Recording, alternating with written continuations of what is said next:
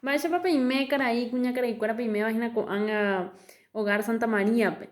Chaningo ja es ina Luz Capli, se ja este mismo es Instituto Superior Divina Esperanza, what?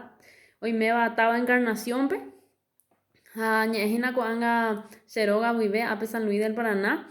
San Luis ningo ja pequeña compañía, casi barrio ape distrito de San Juan del Paraná. Pe ajina no me murillete encarnación, güey. Cotidiano a compartirse pendiente ni mi va ore siempre lo Eva, ore roñe Eva, siempre lo compartía umia es una de las cosas que ñan de identificar con cosa umia ni sea pa imagina patrimonio cultural intangible ñan de va Eva. Cuando cogina ya atravesar una pequeña situación difícil ya y me han ya puta una parte pe na ya que tuve ya y co más y coja huella. Bueno y boingo que la argelda y orai mi abugajina costería la se a compartirse mi pendiente que es un ñenga o dichos populares del Paraguay.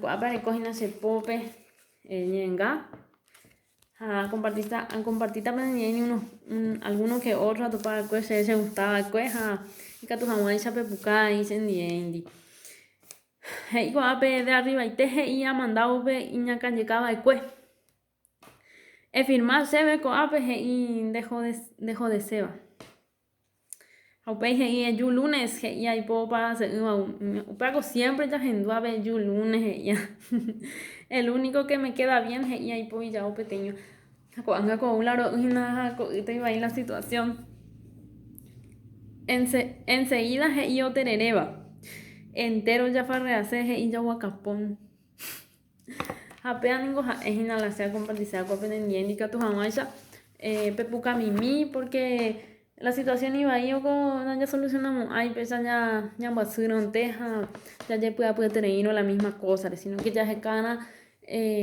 lado ya voy a jamás sea una GPM pesa con año ni en Gandhi hay pota peime peja sapona ya sata copia así que fuerza mante yande ya la tapendero a sapona siempre ojalá que algún día ya que tú ya yo topa personalmente en la pecha video pechante sino que ojalá un día que tú miro por hojas a mi upay pero visita a mí que tu jamás ya ñan mongueta ñan divepa que tamba ego y que tú ñan be upo ñan de Paraguay guau. Muchas gracias, Manté. Adiós, mundo cruel. Y yo ya podido pozo. Así que ya despedimos, pendejo.